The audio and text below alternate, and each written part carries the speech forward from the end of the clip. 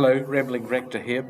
I want to talk to you today about hot cross buns. Now, many people will be discovering that hot cross buns appear in shops a few weeks before Christmas.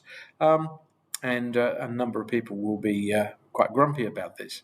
I'm not particularly grumpy, but I think it's really important that we understand why hot cross buns are better suited to Easter than they are to Christmas.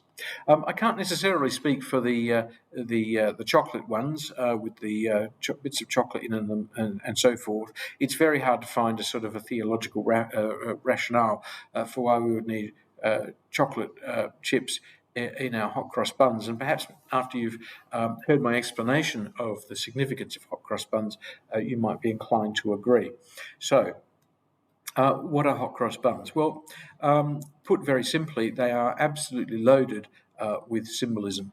They are conventionally eaten on Good Friday and Easter Saturday, so they're very much an Easter thing. And the symbolism of them indicates why that happens to be. So we have, for example, bread. That's the basis of them. They're a bun. Very, very straightforward.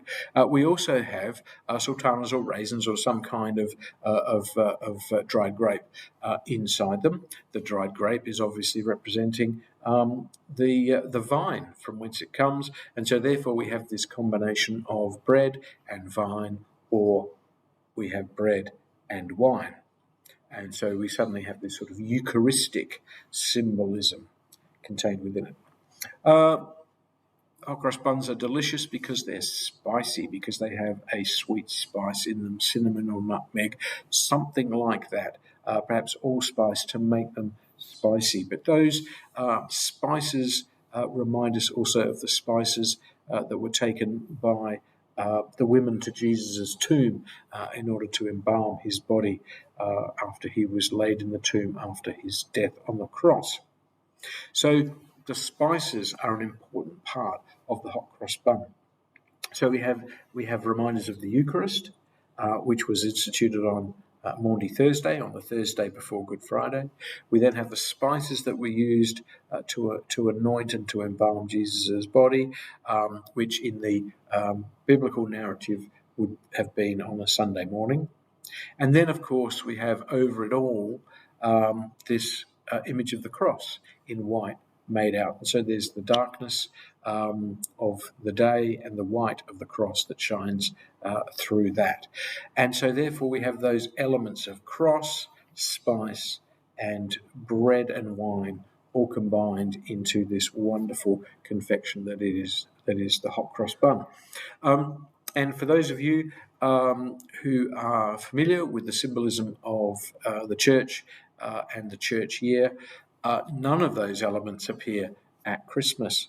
And indeed, chocolate chips do not appear anywhere, as far as I am aware, in the Bible story at any point. And so therefore they are anathema. We mustn't have chocolate chips in our hot cross buns at all. And if you are going to eat hot cross buns all year, well, fair play to you, but remember that they have a deep and abiding symbolism and therefore really shouldn't be eaten on any other days other than those in Easter. If you insist, perhaps just get a nice Chelsea bun or a Belgian bun, which have a symbolism all of their own, but don't necessarily impact on the celebration of Easter.